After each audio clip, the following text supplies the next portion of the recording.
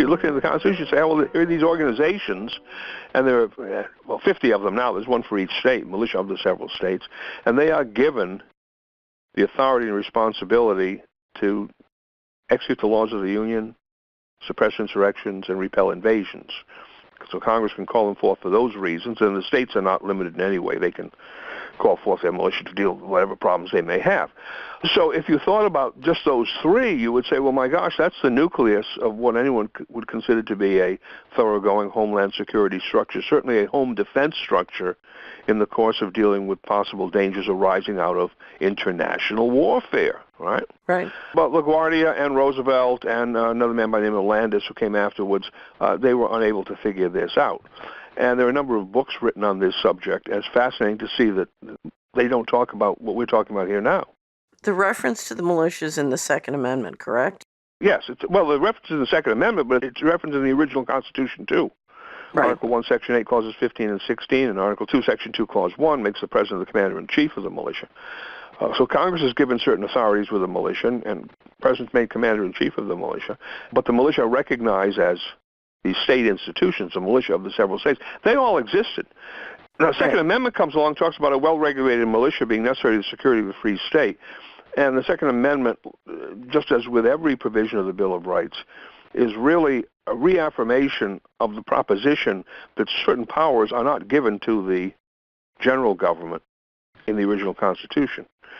Now, what the Bill of Rights is doing is saying, look, you're supposed to read this original Constitution a certain way and apply it a certain way. You're not supposed to misconstrue it, and you're not supposed to abuse it in the wrong manner.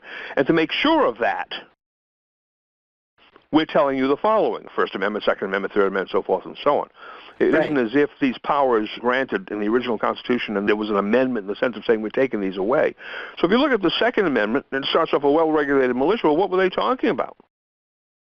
Well, they were talking about these things that were in the original Constitution. Right. Right?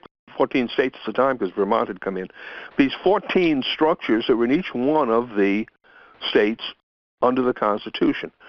And they make the statement that this is necessary to the security of a free state, which of course is essentially an obvious concept because, as the next 14 words tell you, the right of the people to keep and bear arms shall not be infringed. Well, for what reason? So that they can participate in well-regulated militia for the purpose of generating security for a free state. That's the structure. So they're kind of just laying it out again in the Second Amendment. The proposition that's given in the original Constitution with respect to Congress's power, at least, call forth the militia to execute the laws, suppress insurrections, repel invasions, which, as I said before, is a pretty good outline of a homeland security thesis if we wanted to lay it out in those terms. So why don't we have it? Well, of course, they had it at the time of the Constitution's ratification. There were 13 of them, and then immediately 14 of them when the Second Amendment was ratified. They were all there, and anyone who was an adult at that time would have known what these terms, well-regulated militia and militia of the several states, meant, because certainly if he was a man, he would have served or was at that time serving in those institutions.